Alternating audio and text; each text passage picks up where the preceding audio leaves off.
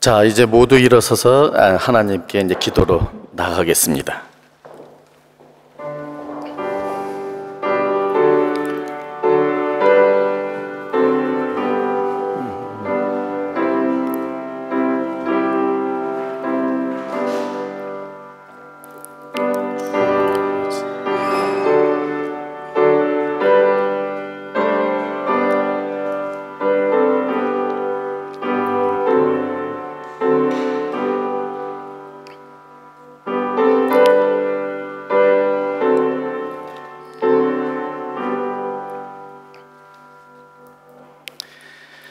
내가 여호와를 기다리고 기다렸더니 귀를 기울이사 나의 부르짖음을 들으셨도다. 나를 기가 막힐 웅덩이와 수렁에서 끌어올리시고 내 발을 반석 위에 두사 내 걸음을 견고하게 하셨도다. 새 노래를 곧 하나님께 올릴 찬송을 내 입에 두셨으니 많은 사람이 보고 두려워하여 여호와를 의지하리로다.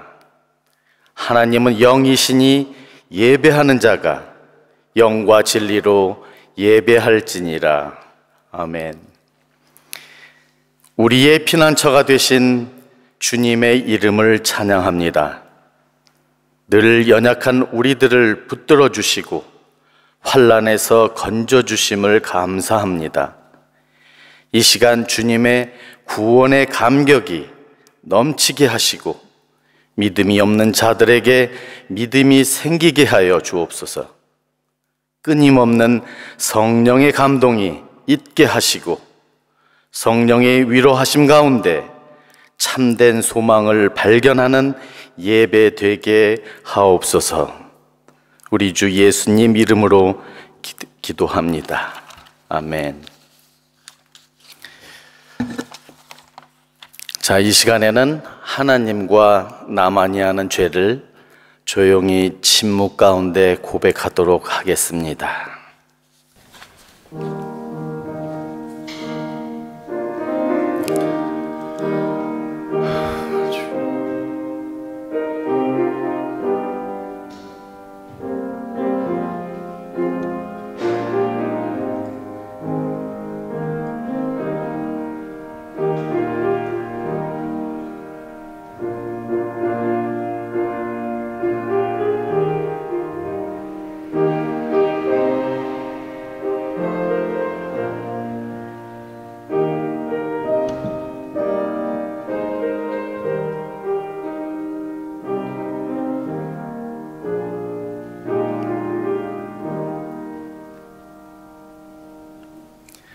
그러므로 이제 그리스도 예수 안에 있는 자에게는 결코 정죄함이 없나니 이는 그리스도 예수 안에 있는 생명의 성령의 법이 죄와 사망의 법에서 너를 해방하였음이라. 아멘. 이제 사도신경으로 우리의 신앙을 고백하도록 하겠습니다. 다 같이 읽겠습니다. 나는 전능하신 아버지 하나님, 천지의 창조주를 믿습니다.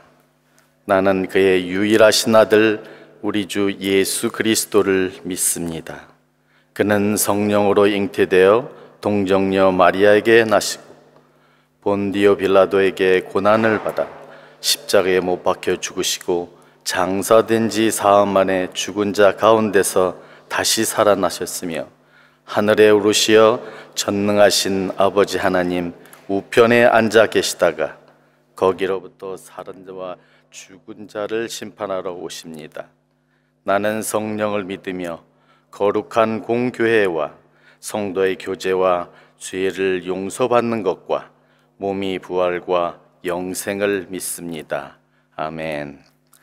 자, 모두 자리에 앉아 주시기 바랍니다.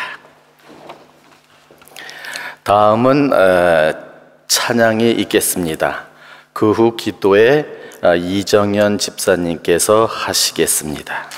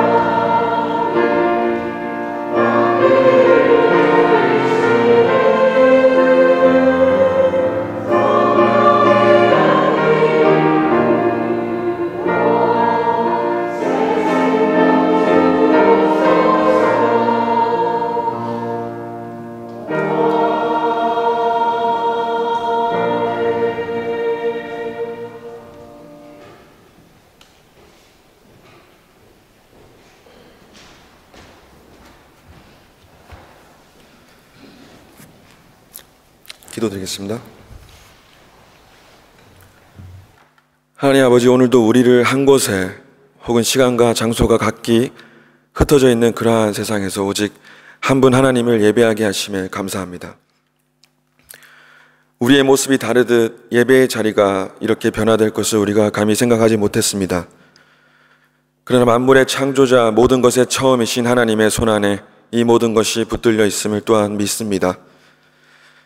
하나님을 예배하는 각 초소와 특히 우리 킹스 크로스 한인교회 성도님 한 분 한 분, 또한 각 부서, 초등부, 중고등부, 청장년부의 또한 각 가정에서의 예배가 우리 한 분 한 분을 교회로 세워주신 하나님께서 예배로 이어지도록 함께 해주실 것을 믿습니다. 오늘은 한영석 목사님께서 킹스크로스 한인교회의 새로운 담임 목사님으로 그 사역을 시작하는 주일입니다. 이에 우리가 말씀으로 하나 되는 교회가 되기를 기대합니다. 각자의 삶에서 각자의 종소리를 아름답게 울려 퍼지기를 소망하며 우리의 최종 목적이 하나님 한 분만을 위해 아름답게 울려 펴지기를 소망합니다. 한영석 목사님의 설교와 목양 아래에서 우리를 하나로 묶으실 성령님의 역사하심을 또한 기대합니다. 깨어지고 흩어진 성도들이 각기 또 함께 교회로 세워지고 또 뭉쳐 역사하는 이 시대의 그리스도인의 증인이자 사도가 되기를 소망합니다. 하나님, 우리 각자는 섬이 아닙니다. 우리는 세상의 한 부분이며 전체의 일부이며 또한 하나님과 연결된 지체임을 고백합니다. 우리가 각자 선한 싸움을 싸우고 우리의 달려갈 길을 걸으며 우리의 믿음을 간절히 지키기를 원합니다. 사람의 판단을 벗어나 하나님의 판단을 두려워하며 그러나 우리를 위해 준비된 이 의의 면류관, 그것을 기대하며 또 우리가 바라기를 원합니다. 하나님, 복음을 전파하는 사도들을 기억하며 우리가 이 땅 영국에서 이웃과 주변 그리고 다른 문화와 세상에 또한 복음 전파하기를 힘쓰기 원합니다. 주께서 우리 곁에 서서 우리를 강건케 하심을, 또한 그 강건케 하심은 복음 전파하는 일에 힘쓰기를 원함인 것을 믿습니다. 이 모든 예배의 시종을 주님께 맡기며 또한 하나님, 오늘 이 예배에 주관하시고 아버지, 이 예배가 온전히 주님께 울려 펴지기를 원합니다. 이 모든 말씀 우리 주 예수 그리스도 이름으로 기도드렸습니다. 아멘.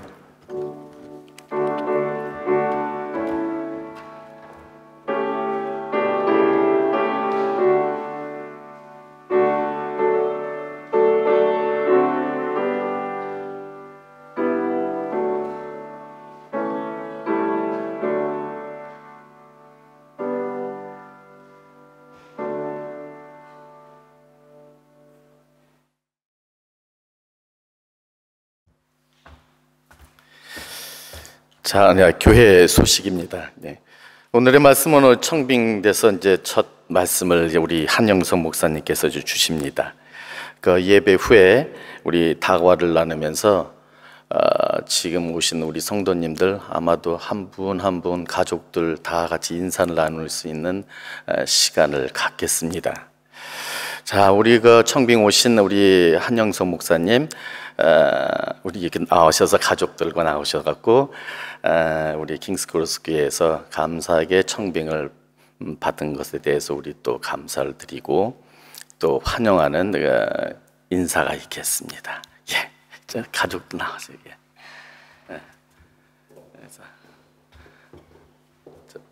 저 인사하시고 잠깐 저기 한 목사님께서는 잠깐 아주 짧게 하나님께 감사의 인사를 드리면 되겠습니다. 예, 예, 인사.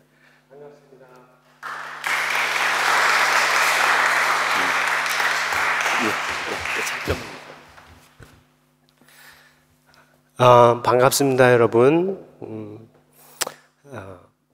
여기 앉아 계신 분들 또 온라인으로 만날 분들 모두 정말 반갑고 특별히 이렇게 저와 가족을 환영해 주셔서 너무나 고맙습니다. 좋은 만남으로 이어지기를 바라고 우리 가운데서 하나님께서 선하게 일해 주셔서 저나 여러분 모두 그리고 이 교회가 또 청년들 정말로 하나님께서 기뻐하시는 공동체로 나아갈 수 있기를 간절히 소망합니다. 이따가 기회가 되는 것 같은데 그때 더 많이 얘기 나누겠습니다. 감사합니다. 네.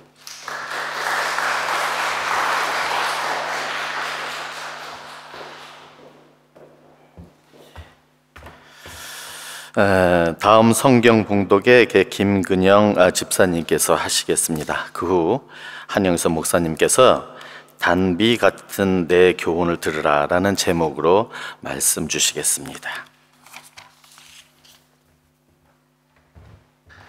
오늘 하나님께서 우리들에게 주신 말씀은 신명기 32장 1절부터 3절까지입니다. 신명기 32장 1절부터 3절까지의 말씀을 제가 봉독하겠습니다. 하늘이여 귀를 기울이라 내가 말하리라 땅은 내 입의 말을 들을지어다 내 교훈은 비처럼 내리고 내 말은 이슬처럼 맺히나니 연한 풀 위에 가는 비 같고 채소 위에 단비 같도다 내가 여호와의 이름을 전파하리니 너희는 우리 하나님께 위엄을 돌릴지어다. 아멘.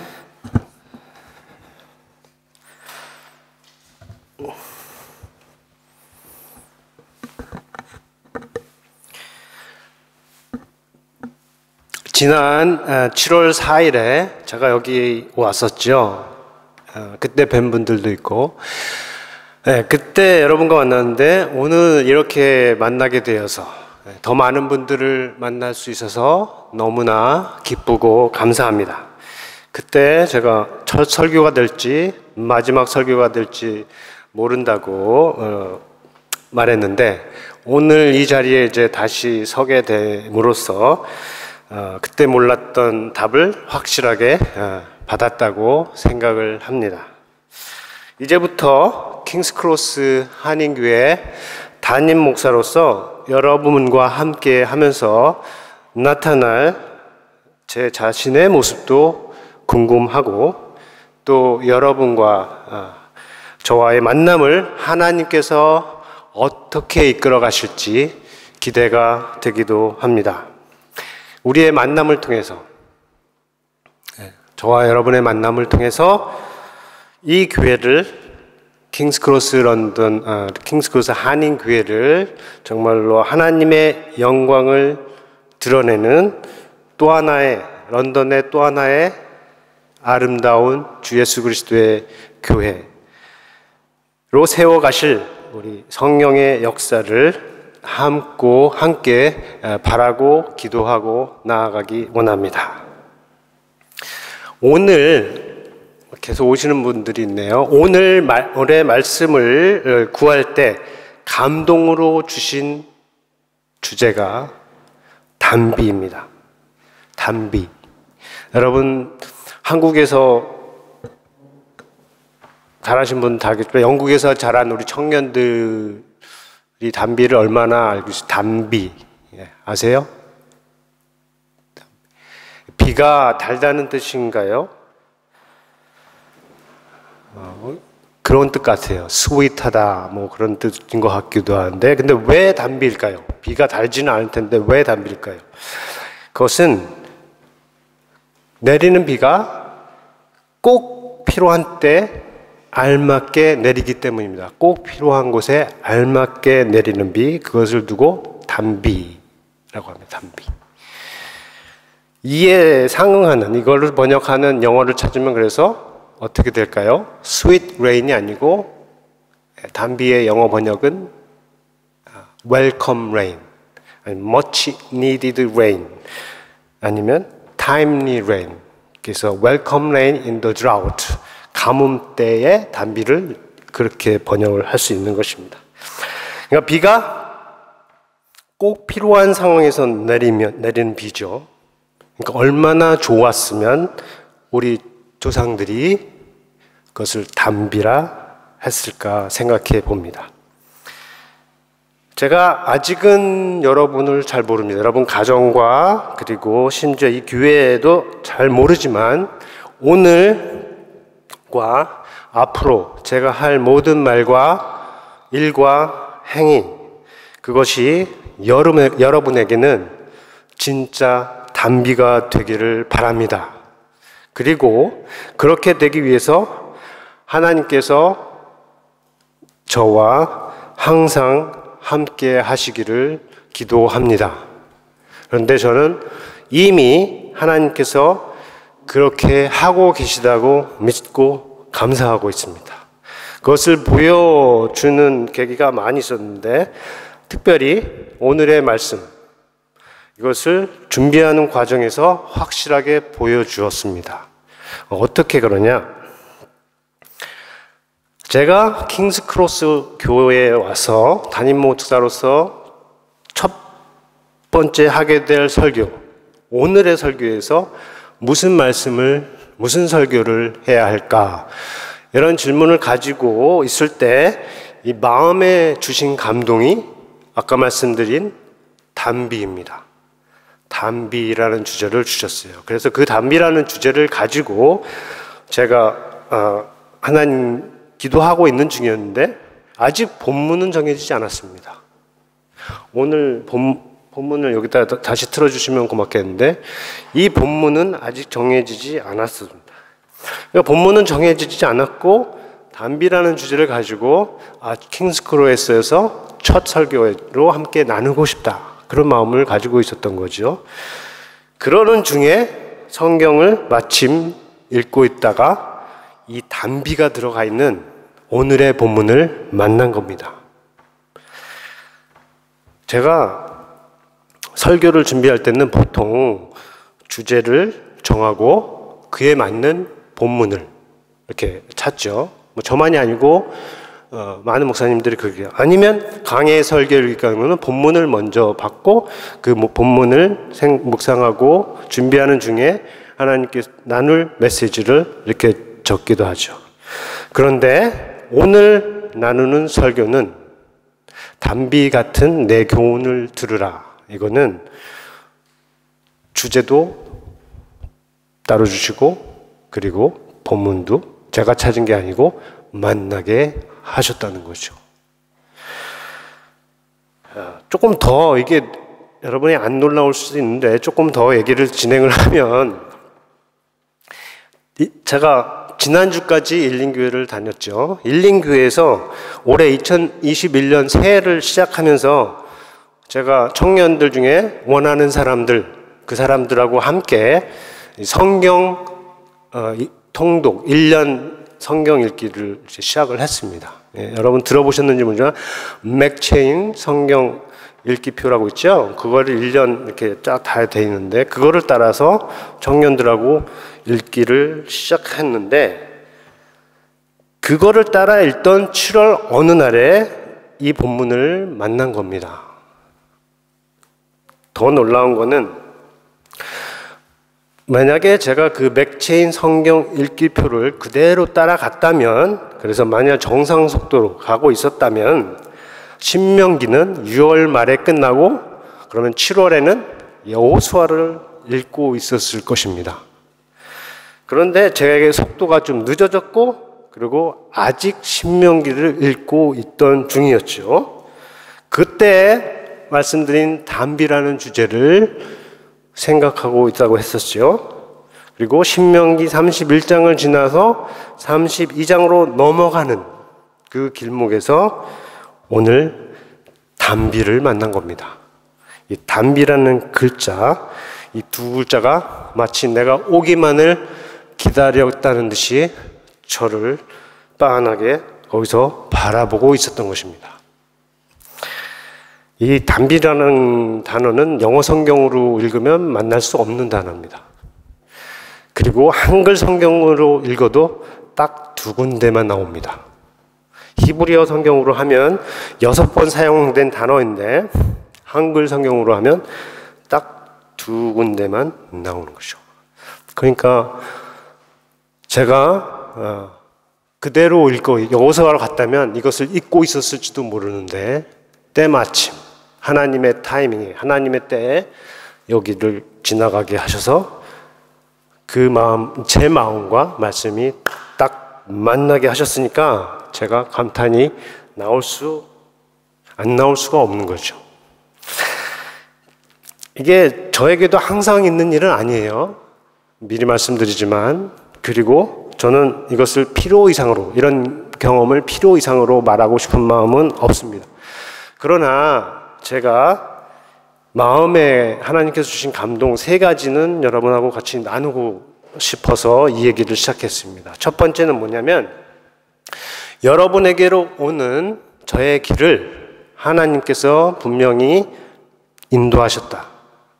그리고 그렇게 하실 만큼 저와 여러분의 만남을 하나님께서 기뻐하신다. 이렇게 믿는 계기가 됩니다. 그리고 두 번째, 오늘 설교를 듣는, 그리고 앞으로 설교를 들은 여러분을 하나님께서 그만큼 사랑하신다 이겁니다. 교회를 핍박했던 바울도 바꾸셔서 사용하신 하나님께서 하물며 교회를 위해 수고하고 애쓰는, 사랑하고 섬기는 여러분을 하나님께서 귀하게 여기시고 사랑하지 않으시겠습니까? 저는 그렇다고 확신하고, 여러분도 저와 같은 마음을 갖고 하나님의 인도하심에 순종하며 나아가기를 권합니다. 세 번째는, 앞으로 단비와 같은 어떤 주제를 가지고 준비할 때 하나님께서 내가 내 생각만으로, 우리가 단비라는 주제만 가지면 그거로 내 생각을 쏟아내서 설교문을 만들 수 있잖아요. 그런데 하나님께서 저로 하여금 본문을 만나게 하셨다는 거죠. 그러면은 무슨 메시지입니까? 어떤 주제라도 내 생각으로, 내 경험만으로 하지 말고 설교를 준비할 때 말씀을 통해서, 성경 말씀을 통해서 그렇게 하라 하는 하나님의 사인으로 제가 받는다는 겁니다. 그렇게 준비한 것이 오늘의 설교인데, 이 가운데는 어떤 생명의 비, 그리고 생명의 비 같은 생명의 말씀, 단비 같은 내 교훈, 단비 같은 내 설교, 그리고 단비의 내용, 단비의 조건, 이런 것들이 있습니다. 한번 이 말씀을 가르치는데, 먼저 아까 읽은 본문을 다시 한번 제가 1절과 2절을 읽어보겠습니다. 여기 보면, 하늘이여 귀를 기울이라, 내가 말하리라. 땅은 내 입의 말을 들을지어다. 내 교훈은 비처럼 내리고 내 말은 이슬처럼 맺히나니, 연한 풀 위에 가는 비 같고 채소 위에 단비 같도다. 그렇죠? 여기 단비가 보이시나요? 2절에 있습니다. 채소 위에 단비 같도다. 그런데 이 단비 단어의 주변을 보면 단비 그만 있는 것이 아니죠. 그 옆에 다른 비 이름들이 있습니다. 비가 있고요, 이슬이 있고요, 가는 비가 있고, 그리고 단비가 아닙니다. 모두 4개인데 아마 한 구절 안에 비하고 관련된 용어가 가장 많이 나오는 곳이 아닐까, 이렇게 생각을 합니다. 히브리어로도 다 다른 단어입니다. 첫 번째 등장하는 비가 비일반을 가리키는 거예요. 비다. 우리 비 온다 말할 때 그 비일반이면, 나머지 3개는 그 비의 좀 더 세세한 종류라고 이렇게 생각을 할 수가 있습니다. 첫 번째는 이슬이죠. 그리고 두 번째는 가는 비, 아니면 한국말에 가랑비, 이런 걸 말할 수 있고, 그리고 세 번째가 단비입니다. 그런데 이 단비는 정확한 번역이 아니에요. 왜냐하면 한글말에 단비는 뭐예요? 아까 말했듯이 꼭 필요한 때에 알맞게 내리는 비라고 했잖아요. 꼭 필요한 때에 알맞게 내리는 비. 그래서 달콤한 비, 단비라고 했는데, 히브리어가 뜻하는, 성경의 원어, 그것이 뜻하는 여기서 말은 뭐냐 하면 아주 풍성한 비. 소나기 있겠죠. 영어로 보면 샤워죠. 그것처럼 풍성한 비. 예. 폭우도 아니고 홍수도 아니지만 필요에 충분한 양의 비. 그거를 지금 성경은 여기서 말하고 있는 거예요. 물론 그런 비도 단비라고 우리가 부를 수 있지요. 그렇다면 이 본문에 언급한 이 세 종류의 비가, 그래서 첫 번째 그 일반 비가 그것 자체가 단비가 됩니다. 왜냐하면 가는 비든 이슬이든 또 소나기처럼 확 쏟아지는 비이든 그것이 꼭 필요한 때에 알맞게 내린다면 모두 단비이기 때문이죠. 그런 비와 같이 내리는 것이 내 교훈이라는 겁니다. 여기서 비는 주어가 아닙니다. 비는 주어, 내 교훈, 내가 하는 말, 이것을 설명하는 비유입니다. 내 교훈이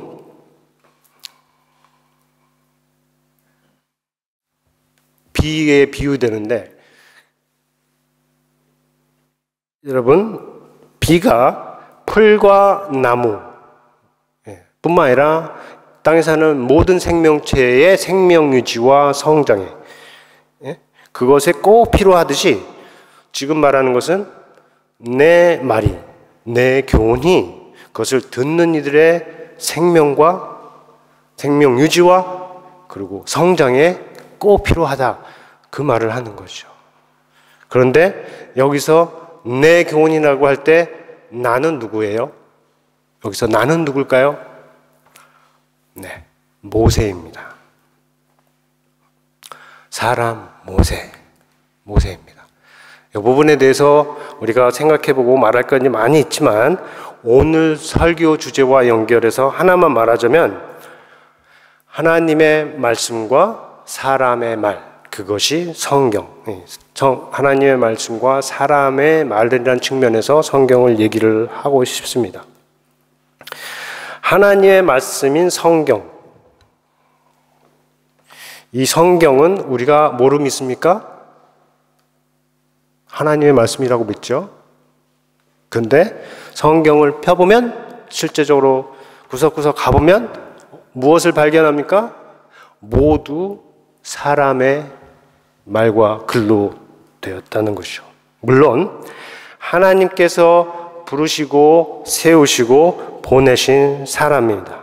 모세가 그렇고 바울이 그렇고 선지자들이 그렇고 사도들이 그렇고 성경의 저자들이 다 그렇습니다. 그것이 바로 오늘날 모든 설교자들이 서 있는 전통입니다. 모두 내 교훈, 내 복음, 내 설교라고 하지만 바르게 서 있는 자들의 경우는 자기들 말이 아니고 성령의 감동으로 주어진 말씀입니다. 또 자기의 이름으로 내 설교로 하고자 자기의 이름으로가 아니라 하나님의 이름으로, 여기서는 내가 여호와의 이름을 전파하리라 이렇게 했는데 우리 교회는 어떻게 해요? 우리 주 예수 그리스도의 이름으로, 하나님 아버지의 이름으로 우리가 전하는 것이고, 또 자신의 영광을 위해서가 아니라 오직 하나님의 영광을 위해서 말하고 전하는 것이다. 어느 설교이든 간에 근데 조건 없이 하나님의 말씀은 아닙니다. 어떤 교훈이라도 또 어떤 설교라도 그냥 이유 없이 조건 없이 하나님의 말씀은 아닙니다. 심지어 성경조차도 그 자체로 하나님의 말씀이 되는 경우가 많이 없습니다. 왜냐하면 사탄의 무리도 이단도 동일하게 성경을 사용한다는 측면에서 우리가 그렇게 얘기를 할 수 있습니다. 하나님의 이름을 얘기한다고 해도 마찬가지입니다. 중요한 거는 뭐냐면 설교를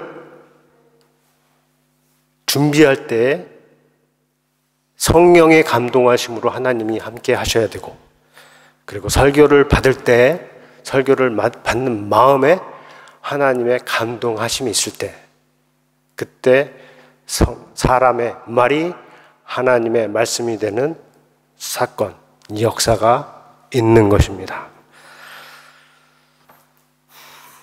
그 관계를 아주 잘 보여주는 구절을 여러분 다 아시죠? 데살로니가 전서에 있는데 데살로니가 2장에 보면 이렇게 말합니다. 이러므로 우리가 하나님께 쉬지 않고 감사함은 너희가 우리에게 들은 바 하나님의 말씀을 받을 때 사람의 말로 아니하고 하나님의 말씀으로 받음이니 진실로 그러하다. 이 말씀이 또한 너희 믿는 자 속에서 역사하느니라. 이 말은 바울이 지금 데살로니가 교회를 두고 한 말인데 사실 모든 참 설교에 나타나는 역사적인 사건이죠. 그리고 앞으로 제 설교를 듣는 여러분을 향해서도 제가 하나님 앞에서 크게 감사할 수 있는 내용의 기도가 되기를 간절히 바라고 기도합니다. 그러나 기억할 것이 있습니다. 단비를 얘기할 때 하나님의 말씀은 달지 않게 느껴질 수 있고 실제로 달기보다는 쓸 수도 있다. 이것을 우리가 잘 기억을 해야 됩니다. 오늘 본문을 담고 있는 신명기 32장 그 내용을 이렇게 따라가 보면서 설명할 수 있는 부분이에요. 자, 모세의 노래라고 하고 모세가 내 교훈은 비처럼 내린다. 아니면 내 교훈이 너에게 비처럼 내리기를 원한다. 이렇게 말한 다음에 그 다음에 이어지는 쭉 이 내용을 한번 여러분 읽어보면 어떻게 나오냐면 거기에는 듣기가 어려운 말들도 있어요. 모세가 여호와 하나님을 소개할 때 진실하시고 거짓이 없으시고 공의롭고 의로운 참 좋으신 하나님이라고 소개한 다음에 그러나 그들은 여호와를 향하여 악을 행하니 하나님의 자녀가 아니요 흠이 있고 삐뚤어진 세대로다 이렇게 말합니다. 여기서 그들이 누구입니까? 지금 모세의 교훈을 듣는 그 사람들입니다. 그리고 그들에게 권면합니다. 옛날을 기억하라. 옛적을 기억하라. Remember the days of the old 이렇게 얘기를 합니다. 기억을 하라. 어떤 게 조상의 때를 있죠. 그렇게 말하면서 어떤 말을 하냐면 여호와께서 너희 조상들 너희를 구원해 주셨는데 너희가 기름짐에 발로 찼도다. 이어서 말을 하기를 내가 살찌고 비대하고 윤택함에 자기를 지으신 하나님을 버리고 자기를 구원하신 반석을 업신여겼도다. 네.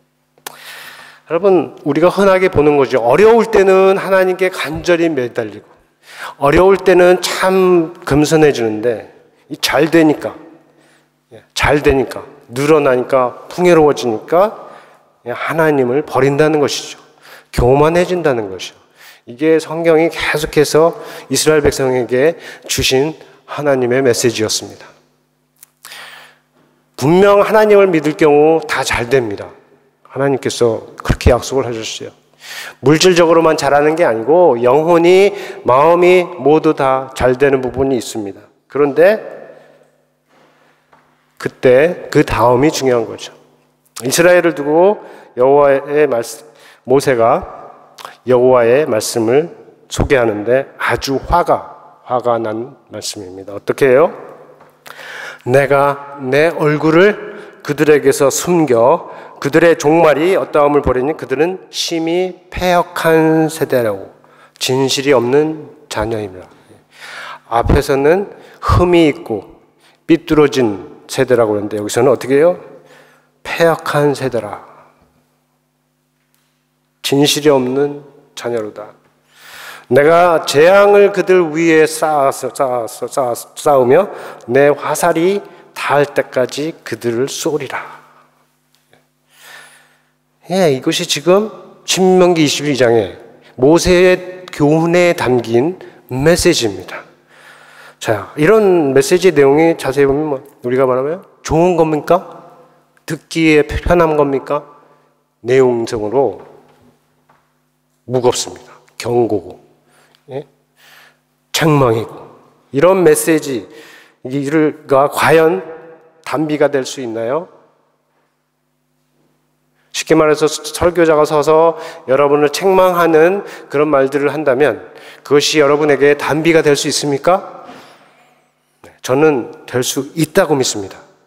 왜냐하면 한편으로는 신실하고 거짓이 없으신 참 진리의 하나님께서 정확히 보시고 우리를 살리기 위해서 주시는 말씀이기 때문이고, 그것을 나와가 나에게 그리고 우리에게 주시는 하나님의 말씀으로 받으면 정말 단비가 될 수가 있는 것입니다. 듣는 자 앞에서는 마음이 닫혀있어요. 교만하거나 마음이 딱 닫혀있으면 듣기 싫을 수 있죠. 그러나 스스로 겸비하고 그리고 깨진 마음으로 듣는 사람에게는 생명의 말씀, 단비 같은 말씀이 됩니다. 그것이 하나님 말씀을 전하는 모든 설교의 목적이고 목적이어야 합니다. 신명기 32장 47절에 가면 이런 말씀이 있어요. 모세가 말하기를 뭐라고 그러냐면, 이는 너희에게 헛된 일이 아니라 너희의 생명이니 이 일로 말미암아 너희가 요단을 건너가 차지할 그 땅에서 너희의 날이 장구하리라. 여기서 일로 번역한 히브리어 단어는 보통 일과 말 두 개로 같이 씁니다. 이 단어는 한 단어인데 일도 되고 말도 되고 말씀과 일, 사건 같이 이렇게 나타내는 이 말인데, 지금 47절을 제가 읽은 거는 한글 개정 한글 성경인데 이거를 영어로 보면 더 정확하게 말을 하고 있어요. 거기 뭐라고 하냐면 NIV 성경에 뭐라냐면 They are not just idle words for you. words라고 돼 있죠. They are your life. 그리고 By them you will live long in the land you are crossing the Jordan to possess. 여기서 말이죠. 앞에서 말한 모세의 말, 모세의 교훈, 내 교훈이라고 했던 그거를 두고 하는 말인데, 그것이 그냥 empty word, 빈말이 아니고 아예 생명이라, your life라고 말을 하고, 그것으로 인해서 어떻게 할 거라고요? 건너가서 차지할 그 땅에서 잘 살리라. 이게 지금 경고를 담은, 책망을 담은 그 메시지의 핵심이에요. 이유예요. 같은 맥락에서 좀 더 복음적인 뜻으로 바울이 디모데에게 말하죠. 뭐라고 합니다? 모든 성경은 하나님의 감동으로 되은 것으로 교훈과 책망과 바르게 함과 의로 교육에 유익하니 이는 하나님의 사람으로 온전하게 하여 모든 선한 일을 행할 능력을 갖게 하려 하심이라. 여기서 뭐라고 그래요? 모든 성경은 교훈과 책망과 뭐요? 바르게 함. 책망과 바르게 함이 들어가 있다는 겁니다. 그러니까 우리가 칭찬만 들으려고 하면 안 되고 귀에 듣기 좋은 것만 들으려고 하면 그 안에 성령이 없다는 표시입니다.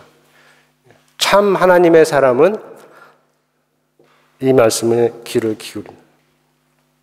설교자들도 청중이 듣기 좋은 말을 하고 싶어 할 겁니다. 그죠?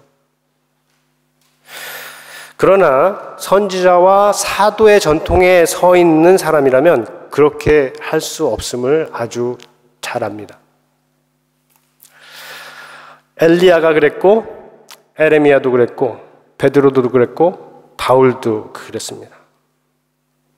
자기들이 하고 싶은 말이 아니라 그들은 모두 자기들이 하기 싫어도 자기들을 통해서 말씀하려고 하시는 하나님의 말씀을 전한 겁니다. 그러다가 엘리야는 목숨을 잃었고, 그러다가 예레미야는 감옥에 갇혔고, 그러다가 베드로와 바울은 순교했습니다. 그들의 그 온전함과 그들의 그 순교의 피 위에 하나님께서 세우신 것이 이 교회입니다. 그런데 이 교회가 다시 한번 이스라엘로 길로 향해서 삐뚤어진 세대, 흠이 있는 세대, 패역한 세대로 변한다면 하나님께서 어떻게 하시겠습니까? 살아계신 하나님이라면 그것을, 그 실상을 보게 하시고, 그래서 거기서 그 길에서 떠나가야 할 올바른 길을 보여주실 것입니다.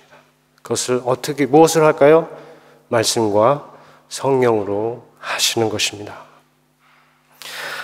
제가 설교를 준비할 때 하나님은 분명 책망과 경고의 메시지, 제가 여러분에게 전하기 부담스러워하는 메시지도 주실 것입니다. 그러면 저는 싫어도 어떻게 해야 됩니까? 전해야 할 의무가 있습니다. 여러분은 듣기 싫을 수도 있죠.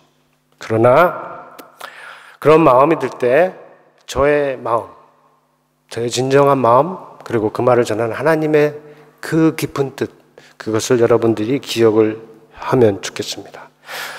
하나님의 뜻은 앞에서 이미 얘기했고, 저의 바람이란 뭡니까? 저의 바람은 여러분 각 사람의 샬롬, 마음과 삶의 샬롬, 그리고 이 교회의 어떻게 해요? 부흥, 그리고 여러분 각 가정의 잘됨이죠. 제가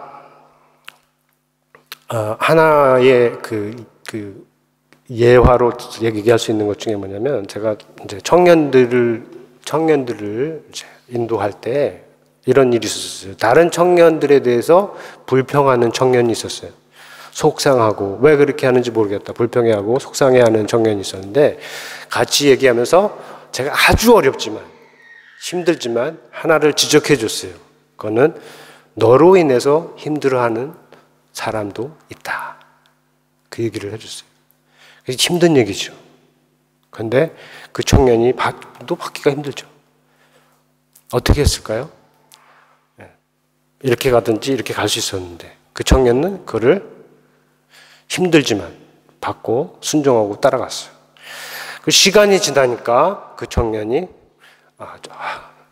훨씬 더 건강하고 아름다고 예쁜 청년으로 이렇게 가는 모습을 제가 보았죠. 얼마나 좋습니까?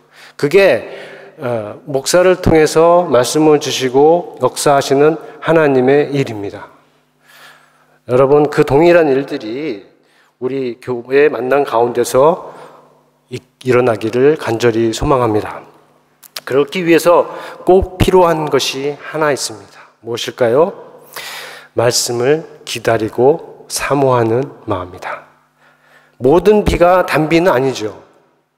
모든 비가 그렇게 달콤하지는 않습니다. 같은 비라도 때와 상황에 따라서 단비가 아니라 쓴비도 될 수 있고, 또 무서운 비, 잔인한 비, 의미 없다 하는 비, 아니면 벗어나고 싶은 비, 피하고 싶은 비, 그런 비가 될 수도 있습니다. 영국에서 맞이하는 비는 항상 단비라고 느끼면 안 들죠. 그런데 저기 넘어 사막지대에 가서 만나는 비는, 그 사람들은 비가 오면 정말 꿀같이 단 비다, 이렇게 얘기하지 않을까요? 그렇게 할 수 있는 것은, 단비는 단순히 자연현상이 아니라, 비는 자연현상이지만 단비는 자연현상이 아니고 인간의 언어, 사람의 언어이기 때문입니다. 본문에서 말하는, 2절에서 말하는 비가 단비일 수 있는 것은 이 비를 받는 대상과의 관계에 있습니다. 여기서 지금 말하는 비가 단비라고 그랬죠. 그런데 그것이 단비가 될 수 있는 것은 내리는 비하고 그것을 받는 대상과의 관계에 있어요. 본문에 비를 맞는 두 대상이 언급되죠. 하나는 뭔가요? 가는 비를 받는 연한 풀, 그리고 다른 하나는 단비를 받는 채소, 이렇게 되어 있습니다. 그러니까 여기서 연한 풀은 영어로 fresh grass라고 되어 있는데, 이렇게 막 피어나는 작은 초목을 말합니다. 막 시작하는 새싹을 갖고 있는 작은 초목을 말할 수 있는 겁니다. 그리고 채소라고 번역을 했는데, 이것이 가리킨 바는 큰 비를 필요로 하는 좀 장성한 튼튼한 초목을 말하는 겁니다. 그래서 채소라고 그렇게 이해하는 게 좋고, 모세의 교훈이 비처럼 내리는 이 모세의 교훈이 어린 초목에는 가는 비, 그리고 큰 초목에게는, 아니면 튼튼한 초목에게는 큰 비와 같다는 말을 지금 하고 있는 겁니다.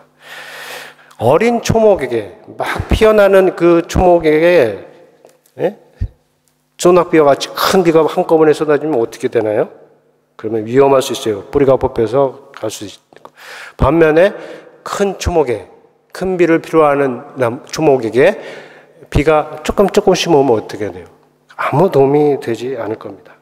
그러니까 각 사람이 받는 이 말씀과 교훈도 마찬가지입니다.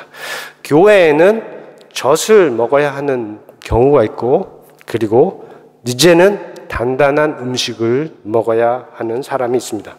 그것을 결정하는 것은 말씀을 받는 사람의 믿음의 성숙도, 마음과 영혼의 상태, 그리고 지금 처한 상황, 이런 거에 따라 다르겠습니다.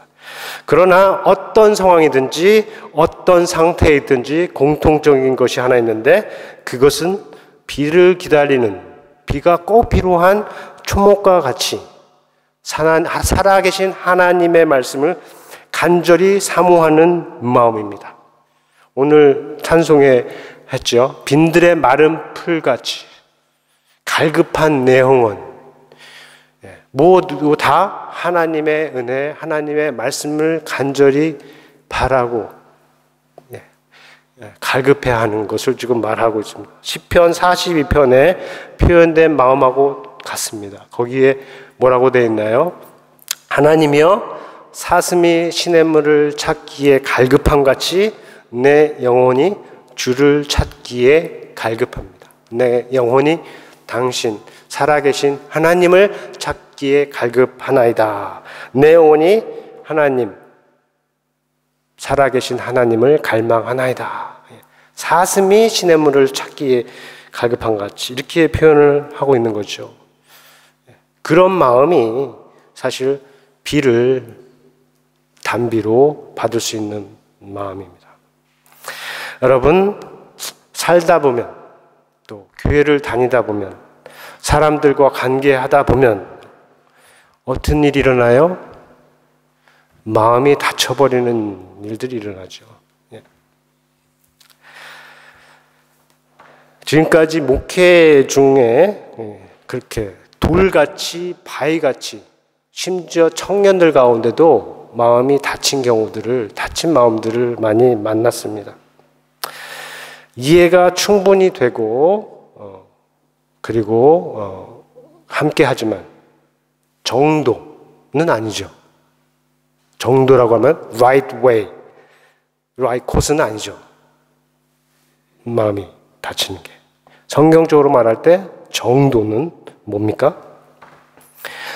상처 준 사람에게 마음이 혹시 다칠지라도, 그들에게 혹시 마음을 열 수 없을지라도, 그들을 사랑할 수 없을지라도 어떻게 해요?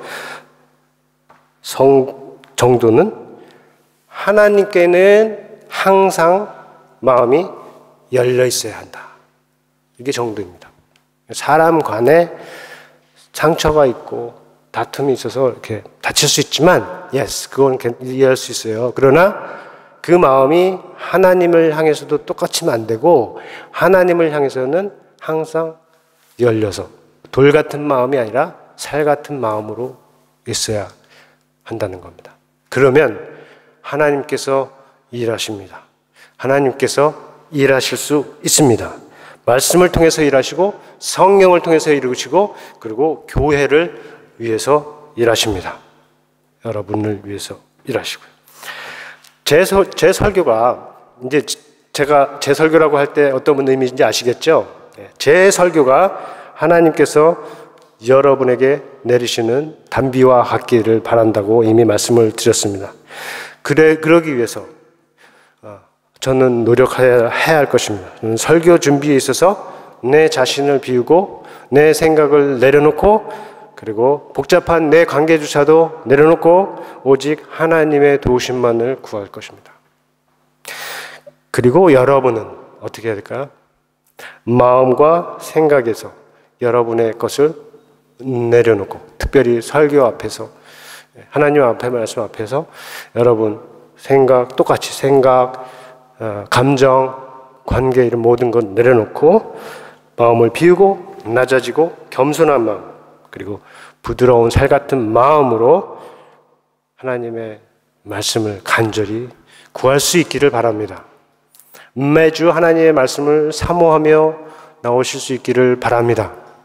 그러면 우리를 위해서만이 아니고 더 나아가서 우리 교회를 통해서 일하실 하나님의 역사를 우리가 함께 기대하고 나아갈 수 있을 것입니다.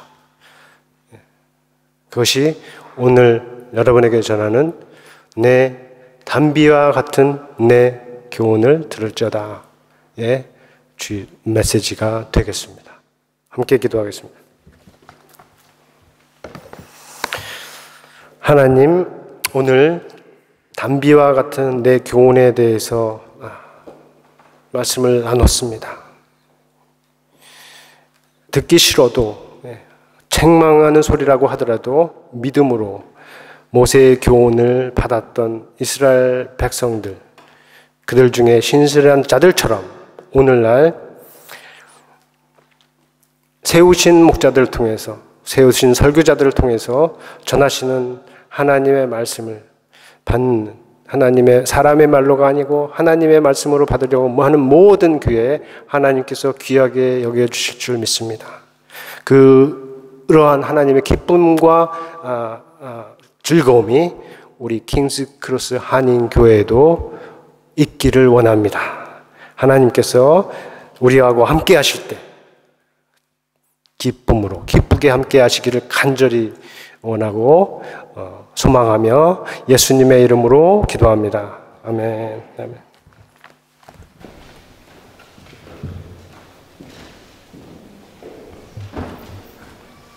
이제 모두 일어나셔서 이제는 준비하신 예물을 하나님께 올리도록 하겠습니다.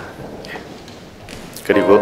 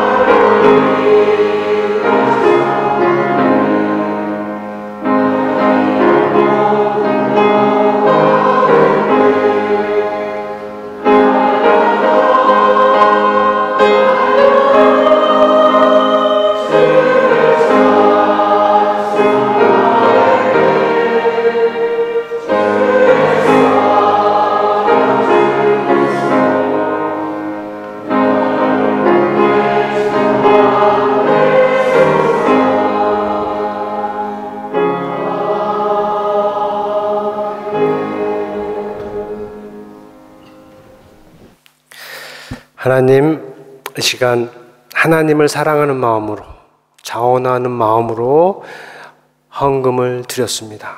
하나님께서 참으로 기뻐하실 줄 믿습니다. 하나님께서 믿는 자들에게, 당신을 사랑하는 자들에게 약속하신 그 모든 복을 이 땅에서 누릴 수 있도록 허락하여 주옵소서. 지금은 우리 주 예수 그리스도의 은혜와 하나님의 아버지의 사랑과 성령님의 감동하심이 하나님의 말씀을 향한 마음을 새롭게 하려고 다짐하고 하나님의 말씀을 더욱더 사모하는, 그리고 그 말씀에 순종하며 살려고 나아가는 모든 성도 위에, 그 가정들 위에, 이 교회 위에 영원토록 함께 있을지어다.